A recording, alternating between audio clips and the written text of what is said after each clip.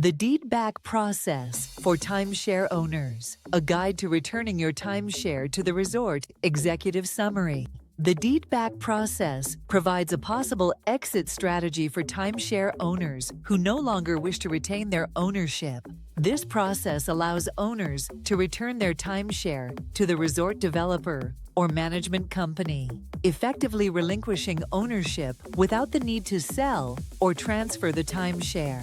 While it sounds like an appealing option for those looking to escape rising maintenance fees, long-term financial commitments, and limited flexibility, the process can be complex, and not all timeshare companies or resorts participate in deed-back programs. This white paper provides a detailed overview of the deed-back process, how timeshare owners can initiate it, and what to expect during the procedure. Introduction: Understanding the deed-back process. The deed-back process refers to the voluntary return of a timeshare to the developer or resort company. It's typically offered as a way for owners to relinquish their timeshare ownership when they can no longer afford it or want to get rid of it. The process differs from selling or renting a timeshare, as it doesn't involve transferring ownership to another individual or entity.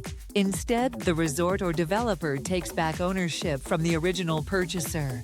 Many timeshare owners find themselves stuck in long-term contracts that involve rising maintenance fees, limited vacation flexibility, and complex booking systems. While exiting a timeshare contract can be challenging, the deed-back process offers an option to those who meet specific criteria and are eligible for the program. 1. What is the deed-back process? The deed-back process is an exit strategy for timeshare owners who wish to return their timeshare to the resort or developer without the burden of trying to sell it on the secondary market. This option is only available for certain types of ownership, typically with the original developer or resort. Key features of the deed-back process: voluntary return. The timeshare owner voluntarily relinquishes ownership back to the resort or developer. No resale involved. The deed-back process does not involve selling or transferring the timeshare to another party. Relinquishment of obligations. Once the timeshare is returned, the owner is no longer responsible for maintenance fees or other costs associated with the property. No profit. Unlike resale, deed-back does not offer the potential for financial gain. Owners are generally not reimbursed for the original purchase price or ongoing payments, and the process often does not result in any financial compensation. 2. Does every timeshare resort offer a deed-back program? Not every timeshare resort or company offers a deed-back program. This varies greatly by developer and location. Large, well-known companies like Marriott, Hilton, and Disney may have deed-back programs in place, but smaller independent developers may not offer this option. In some cases, resorts will only offer a deed-back if the owner meets specific criteria, such as being in good standing with payments and maintenance fees. Factors that influence deed-back availability. Developer participation. Some developers have dedicated programs to accept timeshare returns, while others do not. Ownership type. The deed-back process is generally available for fixed-week or points-based timeshares, but restrictions may apply depending on the ownership model.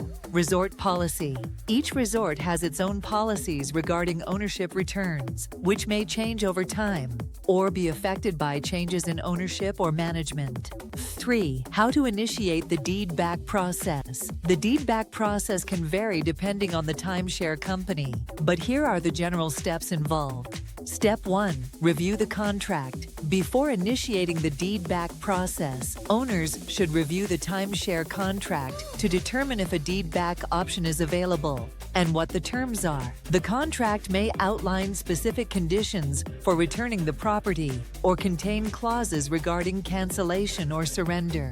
Pay close attention to the timeshare company's exit policies and whether a deed-back process is mentioned.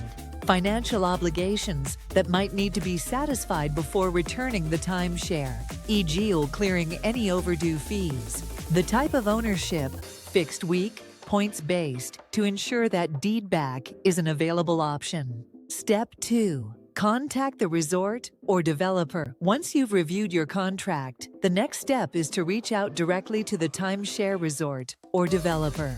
This can be done by calling the resort, contact the customer service or owner relations department of the resort, and explain your desire to return the timeshare. Ask about the deed back process and what specific steps you need to take.